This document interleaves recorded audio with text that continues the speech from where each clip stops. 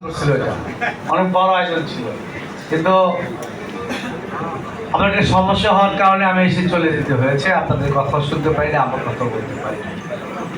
যাই হোক, আমিও গর্ববোধ করি নরসিংদীর সন্তান হিসাবে। আমার যে ছেলে মেয়েরা তারাও গর্ববোধ করে। আমার ছোট মেয়ে সে একটা ফ্যামিলি গ্রুপ করেছে, নাম দিয়েছে বিগ পা।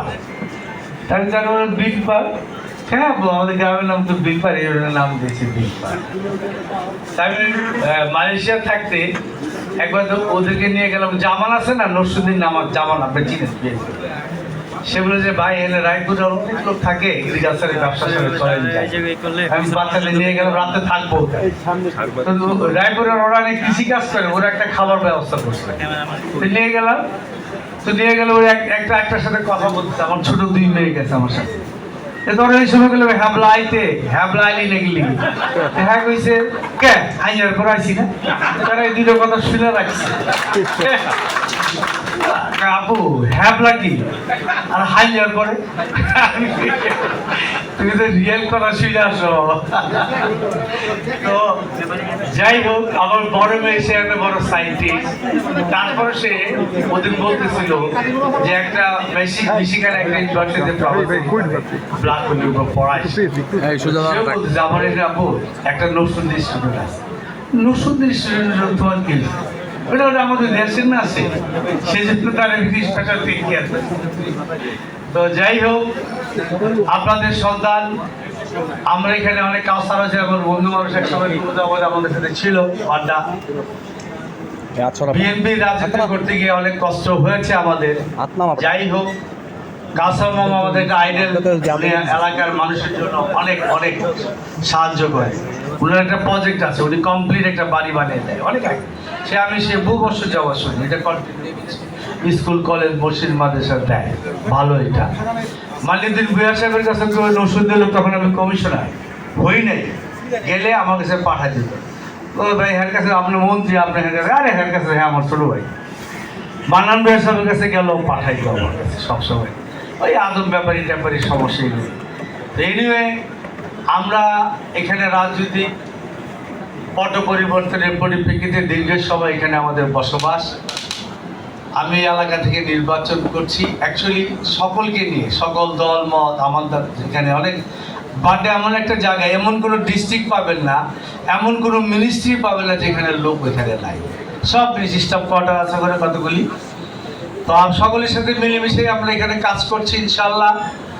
আপনাদের সকলের কাছে আমার একটা নিবেদন থাকবে যে ইলেকশনটা গুরুত্ব সহকারে আপনারা একটু দেখবেন। নিজে এখানে ভোটার না হলেও অন্য আপনাদের আত্মীয় স্বজন বন্ধু বান্ধব সবারই আছে এই এলাকায়, রামপুরা বা ভাটারা বাড্ডা এবং হাতিরঝিলের অংশ বিশেষে। এখানে তাদেরকে আপনারা বলবেন যাতে ধানের শীষে ভোটটা দেয়। আমরা একটা ভালো ভোটে এখানে পাস করতে পারলে আগামী দিনে রাজনীতিতে আমি সুবিধা করতে পারবো। আর আপনারা আমার দেশের মানুষ হিসেবে অবশ্যই নরসিংদীর মানুষের এটা ফেভার থাকবে। বাট আমার আদার লিডাররা এখানে আছে, তারা হয়তো মনে করতে হবে ভাই আমাদের, ওরা তো আছেই, সবাই থাকবে, তারপরেও তো একটা আলাদা একটা ইয়া থাকে হিসাব। তো আপনাদের এই আয়োজনের জন্য আমি ধন্যবাদ জানাই, কৃতজ্ঞতা জানাই আমার পক্ষ থেকে, আমার পরিবারের পক্ষ থেকে। ইনশাল্লাহ আগামী দিনে পথ চলায় আপনারা সকলে মিলে দেশের মানুষের মঙ্গলের জন্য কাজ করব। এই বয়সে আমাদের প্রত্যাশা থাকবে এটাই। রাজনীতিতে অনেক কিছু হয়ে গেছে, একটা গণ অভ্যুত্থান হয়েছে, 1400 মানুষ জীবন দিয়েছে, বৈষম্যনীকে সমাজ গঠন করতে চাই আমরা। দেশ সমাজে অন্যায় জুলুম নির্যাতন বেআইনি কোনো কর্মকাণ্ড থাকবে না, ভোটের অধিকার হরণ হবে না। ইনশাল্লাহ আমি বিশ্বাস করি আগামী দিনে বিএনপি রাষ্ট্র ক্ষমতায় আসলে তারেক রহমানের নেতৃত্বে আমরা একটা বৈষম্যের উন্নত কল্যাণ রাষ্ট্র প্রতিষ্ঠা করতে পারবো। এই যে পারবো, তারেক রহমানের যে বক্তব্য, ওনার যে 31 দফা এবং উনি রাষ্ট্র গঠনে যে ফ্যামিলি কার্ড, বয়স্ক ভাতা, কৃষক ভাতা, স্টুডেন্ট ভাতা, অসংখ্য কল্যাণমূলক কর্মসূচি, অনেকটা আপনি বলতে পারেন পশ্চিমবঙ্গের মমতা ব্যানার্জি আধার কার্ড সহ অনেক রকম কর্মসূচি দিয়েছে মানুষের জন্য। বেগম খালেদা জিয়াও এক সময় দরিদ্র মানুষের জন্য পোলট্রি, মুরগি দিত, পরবর্তীতে ছাগল, যাতে স্বয়ংসম্পূর্ণ হতে পারে মানুষ। আমাদের সমাজের দেশের অনগ্রসর জাতিগোষ্ঠীর সংখ্যা সবচেয়ে বেশি। তাদেরকে কিভাবে আমরা এগিয়ে নিয়ে যেতে পারবো সেই জন্যই কাজ করতে হবে। আমাদেরও বয়স হয়েছে, ইনশাআল্লাহ আমরা যদি সুযোগ পাই আগামী দিনে মানুষের জন্য কাজ করব, দেশের জন্য কাজ করব, মানুষের কল্যাণে কাজ করব। রাজনৈতিকভাবে ভেদাভেদ ভুলে দল মত নির্বিশেষে যে বাংলাদেশি জাতীয়তাবাদের যে কনসেপ্ট জিয়াউর রহমান সাহেব দিয়ে গেছে, বাংলাদেশি মানে হলো আপনার ধর্ম বর্ণ গোত্র নির্বিশেষে আমরা সকলেই বাংলাদেশি। এই দেশটা আমরা সামনের দিকে এগিয়ে নিয়ে যাব। ভেদাভেদ গুরমি এগুলি বর্জন করতে হবে আমাদের। রাজনৈতিক প্রতিপক্ষকে ধ্বংস করে দেবে, মিথ্যাচরণ করতে হবে, গাইবি মামলা দিতে হবে, এইসব কালচারও পরিবর্তন হইতে হবে আমাদের মধ্যে।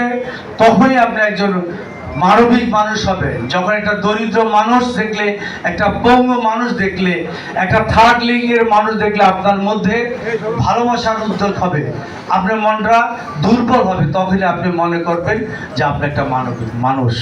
আমরা সকলেই মানবিক মানুষ হতে চাই, বাংলাদেশটাকে ভালোবাসি। আগামী দিনে বৈষম্যহীন একটি বাংলাদেশ, একটি কল্যাণ রাষ্ট্র প্রতিষ্ঠার দিকে আমরা এগিয়ে যাই। সকলের আমি দোয়া চাই।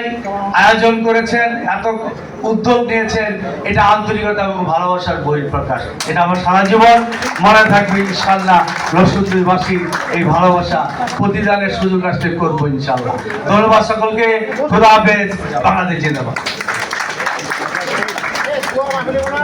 ধন্যবাদ জানাচ্ছি সম্মানিত উপস্থিতি, যার জন্য আজকে এই আয়োজন।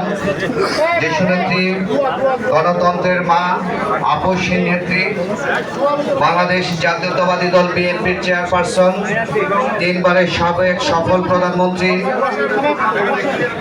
বেগম খালেদা জিয়ার স্মরণে আমরা এখন এই মিলাদ মাহফিলের আয়োজন করব। আপনাদের কাছে অনুরোধ থাকবে আপনারা বিক্ষিপ্তভাবে